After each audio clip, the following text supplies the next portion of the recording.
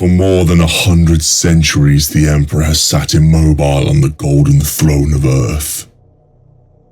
He is the master of mankind by the will of the gods and master of 1,000,000 worlds by the might of his inexhaustible armies. He is a rotting carcass writhing invisibly with power from the dark age of technology. He is the carrion lord of the Imperium, for whom 1,000 souls die every day, for whom blood is drunk and flesh eaten. Human blood and human flesh, the stuff of which the Imperium is made. To be a man in such times is to be the one amongst untold billions. It is to live in the cruelest and most bloody regime imaginable.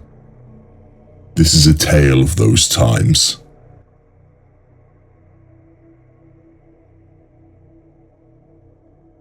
The universe of Warhammer 40,000 is steeped in grim darkness, a far future where humanity clings to survival amidst constant war and existential threats. At the heart of this Imperium of man lies the Emperor, a godlike being whose power is both its greatest strength and its most tragic burden.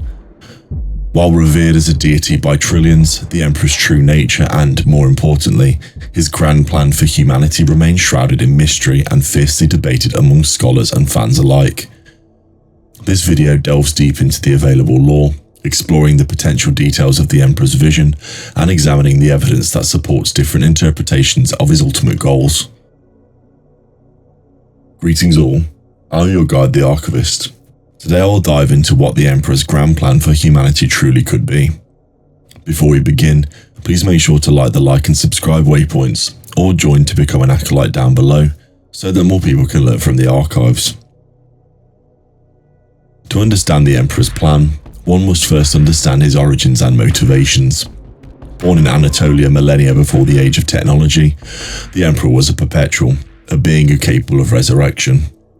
Witnessing the rise and fall of civilizations, he grew disillusioned with humanity's self-destructive tendencies and the insidious influence of the warp.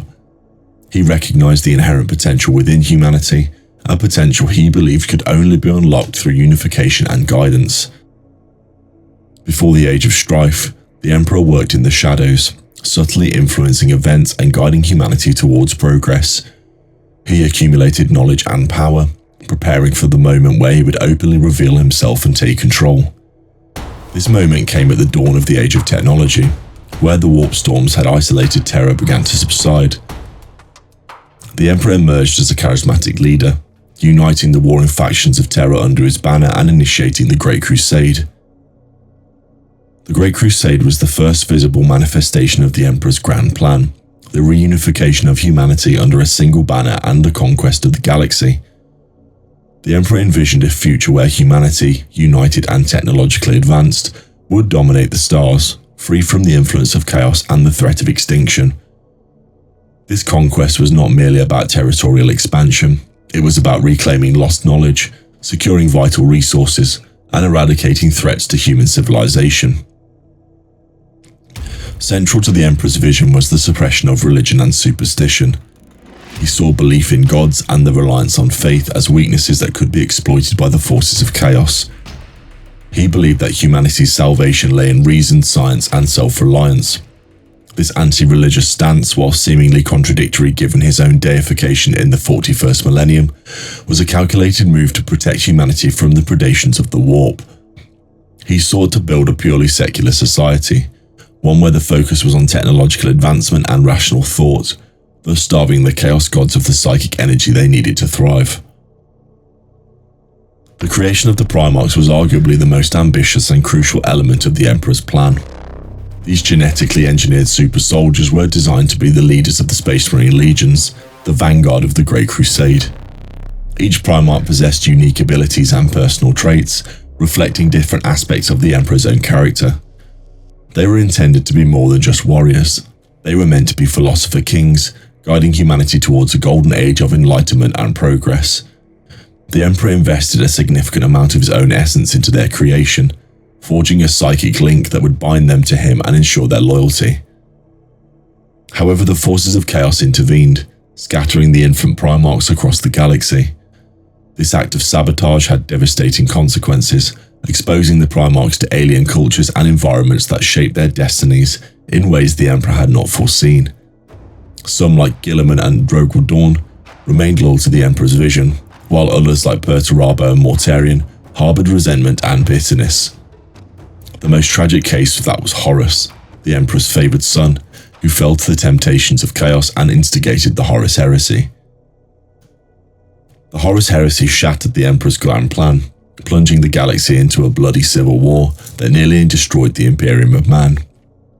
The Emperor, forced to confront Horus on his flagship the Vengeful Spirit, was mortally wounded. In a final act of sacrifice, he vanquished Horus, but the resulting psychic backlash left him a broken husk.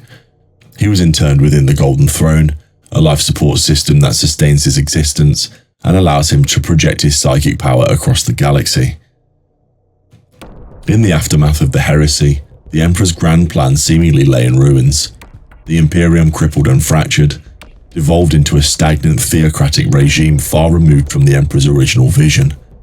The anti-religious stance was replaced with a fervent worship of the Emperor as a god, the very thing he had sought to prevent. The pursuit of knowledge and technological advancement was stifled by dogma and superstition. However, the Emperor's entombment on the Golden Throne did not signify the end of his plan. Some believe that his sacrifice was a calculated move, a means to transcend its physical limitations and become a purely psychic entity. From the Golden Throne, the Emperor continues to guide humanity, albeit indirectly, through his psychic presence and the subtle manipulation of events. One interpretation of the Emperor's current plan is that he is focused on containing the forces of chaos and preventing the warp from completely engulfing the Materium.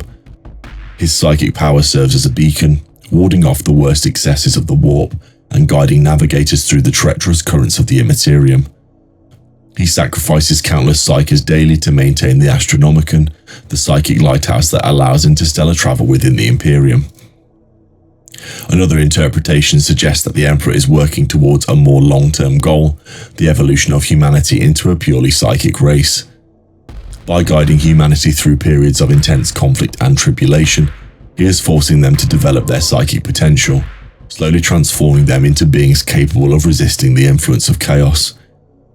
This theory suggests that the Imperium's current state of stagnation and religious fervor is a necessary stage in the evolutionary process, a period of consolidation and psychic awakening before the final transformation.